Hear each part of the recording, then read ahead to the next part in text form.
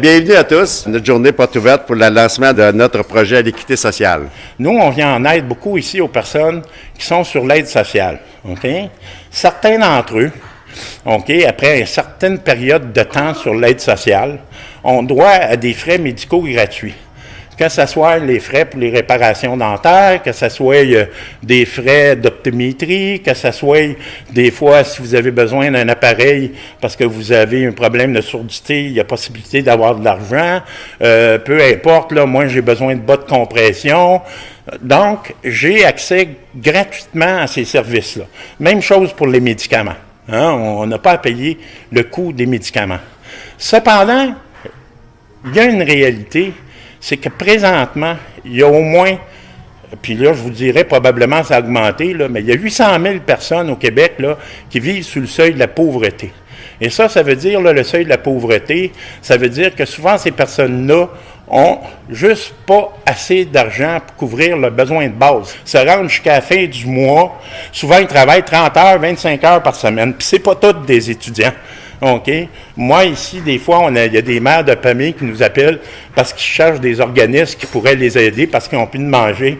Puis ces femmes-là, des mères de famille monoparentales, OK, travaillent justement souvent dans des entreprises. Et ce que je trouve le plus révoltant, c'est certaines de ces entreprises-là, ça peut s'appeler Walmart, puis tout ça, qui sont des entreprises là, multimilliardaires.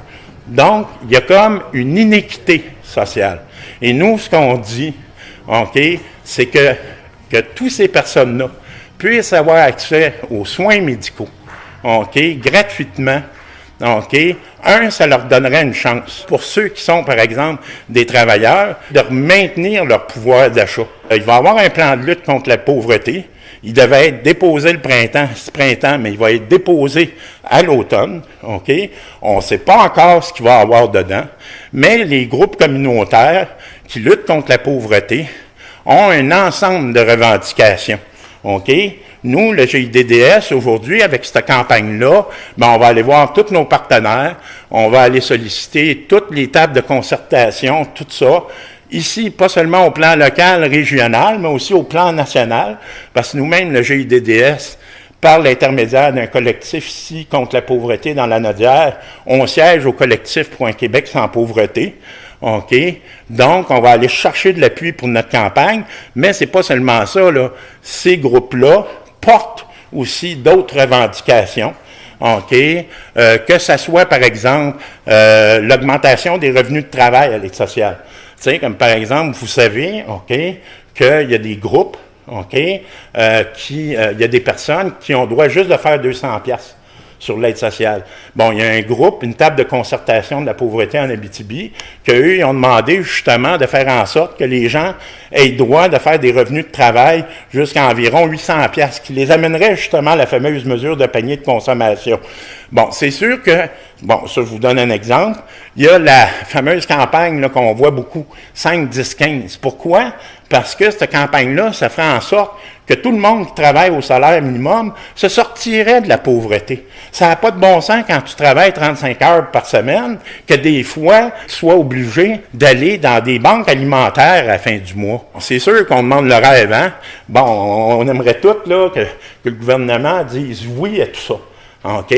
Cependant, pour toutes ces choses-là, c'est sûr qu'il faut avant toute chose que le gouvernement vienne s'asseoir avec ces groupes-là et en même temps là, pour notre campagne, mais pour toutes ces campagnes-là, pour négocier, là, comme par exemple les revenus de travail, ça peut se faire au fur et à mesure. On peut demander, genre qu'il augmente à 400, à 600, à 800 pour le salaire minimum, c'est la même affaire, là. Il y a bien du monde qui font du millage là-dessus, là. Ah, ça n'a pas de bon sens. Les entreprises vont faire faillite, tout ça. Mais jamais les groupes ont demandé 15 piastres de l'heure demain.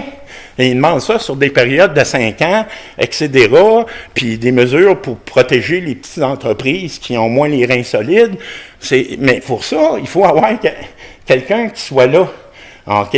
Puis nous, on pense que ces mesures-là, ça va aider à lutter contre la pauvreté. OK? C'est pour ça qu'aujourd'hui, on lance cette campagne-là, OK? Pour, fondamentalement, c'est améliorer les conditions de vie des personnes.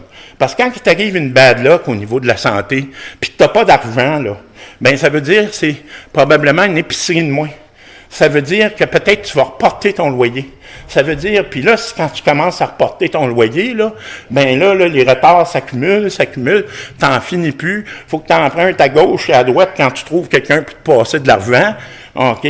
Puis là, c'est un cercle infernal qui commence juste parce que tu as eu le malheur, OK, d'avoir un problème au niveau de ta dentition, qu'à un moment donné, bon, je sais pas, moi, tu as un problème, puis tu te mets à plus entendre quoi que ce soit.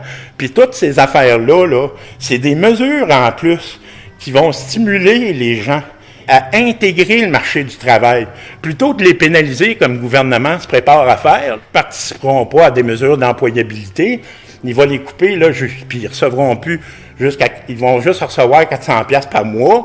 Ben, si le gouvernement, là, donnerait toutes ces mesures-là, OK, possibles, disponibles au monde, là, il n'y aurait pas besoin, OK, de mettre des mesures. Les gens s'embarqueraient dans des mesures d'employabilité. Les gens feraient d'efforts pour se trouver de la job parce que ça voudrait la peine. Tu sais, ça voudrait la peine parce que travailler, ça voudrait plus dire rester pauvre. Parce que travailler, ça voudrait plus dire, OK, toujours là, tirer le diable par la queue. OK? Ça veut dire que j'aurais droit, OK, à des services de santé qui, à long terme puis à moyen terme, me maintiendraient en santé. Puis si ça me maintient en santé, puis ça fait que ma santé est meilleure, bien, ça coûte moins cher au système de santé. Je risque moins de me retrouver dans des urgences, puis de coûter un bras à l'État. OK? C'est pour ça, aujourd'hui, que c'est une petite campagne qui commence.